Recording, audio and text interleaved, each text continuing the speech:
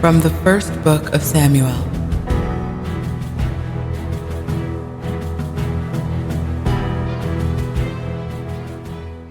The Philistines rallied their forces for battle at Soko in Judah, and camped between Soko and Azekah at Ephes Dammim.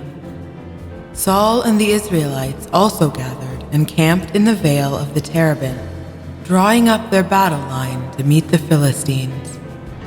The Philistines were stationed on one hill, and the Israelites on an opposite hill, with a valley between them.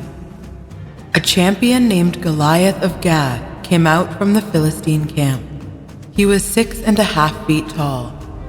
He had a bronze helmet on his head and wore a bronze corselet of scale armor weighing 5,000 shekels and bronze greaves, and had a bronze scimitar slung from a baldric.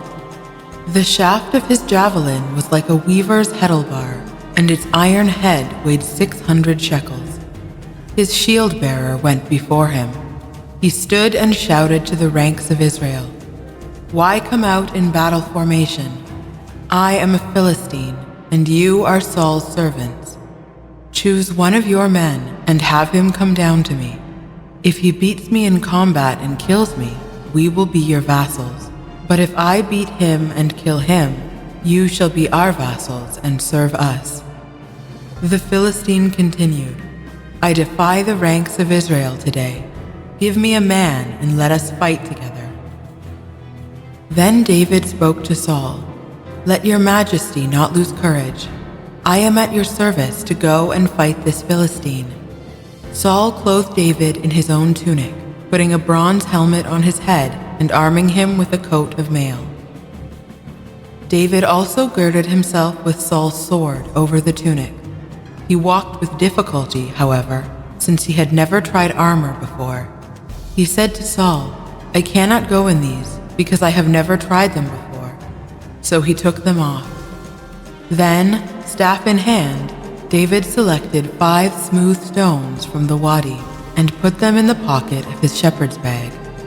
With his sling also ready to hand, he approached the Philistine.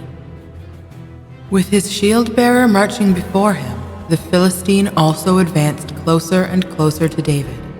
When he had sized David up and seen that he was youthful and ruddy and handsome in appearance, he held him in contempt.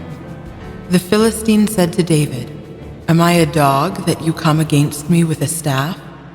Then the Philistine cursed David by his gods and said to him, "Come here to me, and I will leave your flesh for the birds of the air and the beasts of the field." David answered him, "You come against me with sword and spear and scimitar, but I come against you in the name of the Lord of hosts, the God of the armies of Israel that you have insulted. Today the Lord shall deliver you into my hand. I will strike you down and cut off your head. This very day I will leave your corpse and the corpses of the Philistine army for the birds of the air and the beasts of the field.